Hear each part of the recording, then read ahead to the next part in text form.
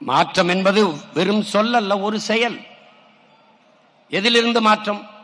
ஒவ்வொன்றிலும் மாற்றம். ஊழல், லஞ்சம் அது தவிர்த்து உண்மை நேர்மையான நிர்வாகம். இலவசம் அது வளர்ச்சி திட்டம் அல்ல, ஒரு வீழ்ச்சி திட்டம், வெறும் கவர்ச்சி திட்டம்.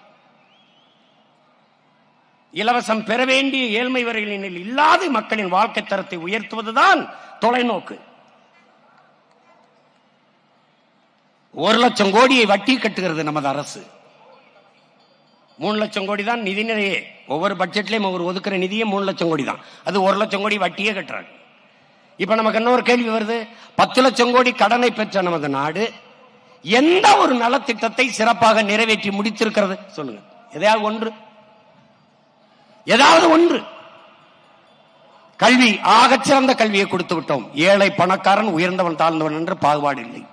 மருத்துவம் எல்லாருக்கும் சரியாக சமமாக கொடுத்தாச்சு. போக்குவரத்து, பாதை போக்குவரத்து சிறப்பாக, தடையற்ற மின்சாரம் தேசத்தின் குடிகளுக்கு எல்லாருக்கும் கொடுத்தாச்சு. குடிநீர் விநியோகம், பகிர்ந்தளிப்பு, சரியாக தூய குடிநீர் கொடுத்தாச்சு.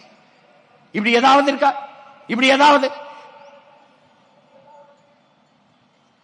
வேலை கலையாத இளைஞன், பாலு கலாத குழந்தை, கல்விக்கு எங்காத மாணவன், இதுதான் என் கனவு இந்தியா என்றான் பகத்சிங். அது அடிமை இந்தியா. ஆனால் விடுதலை பெற்ற இந்தியாவில் 80 ஆண்டுகளாயும் இன்னும் அதே முழக்கம். எப்படி? தமிழ்நாடு தேர்வாணையத்தில் தேர்வு எழுதிவிட்டு மட்டுமே அன்பு உடன் பிறந்தார்களே 70 லட்சம் பேர் பணிக்காக காத்திருக்கிறார். இந்த 70 லட்சம் பேருக்கு நீ எப்படி வேலை கொடுப்பாய்? கொடுப்பான். எப்படி கொடுப்பான்? எங்களுக்கு ஒரு கோட்பாடு இருக்கிறது என் பெற்றோர்களே.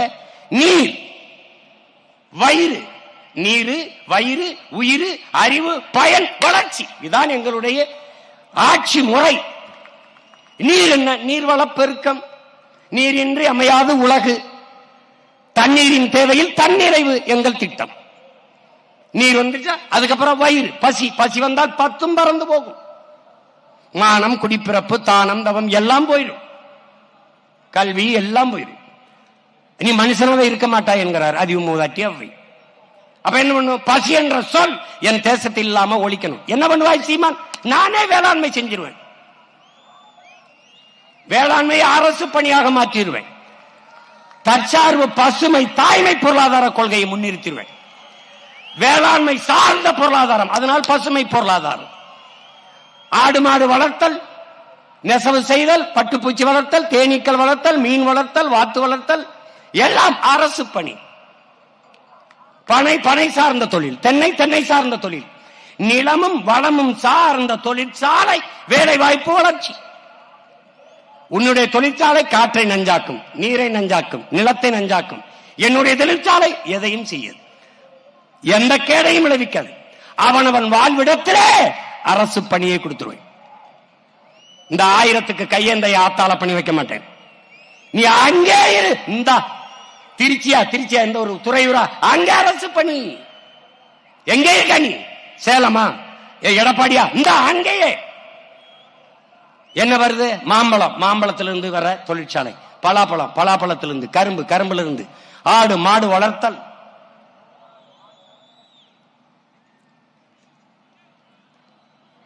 உனக்கு சிரிப்பா இருக்கு, நீ இப்ப சிரி, போட்டு காட்டுவேன் பாரு. இதே மாதிரி திரையில பாரா, மாடு வளர்த்து எவ்வளவு பொருளாதாரத்தை பெருக்கிறேன், எப்படி வேலை வாய்ப்பை கொடுக்கிறேன்னு காட்டுவேன் பாரு.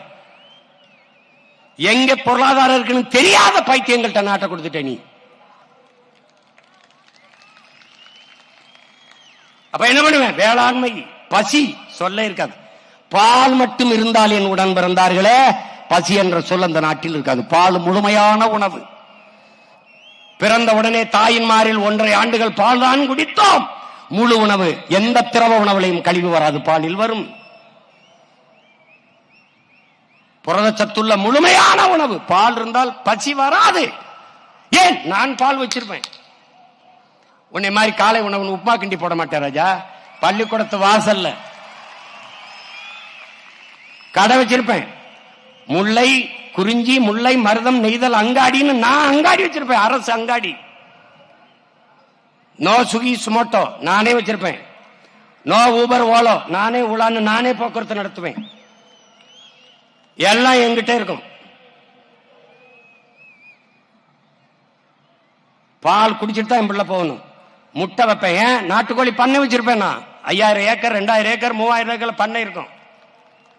உனக்கு வெக்கமா இருக்க நீ போ, நான் மேய்ச்சுக்கிருவேன்.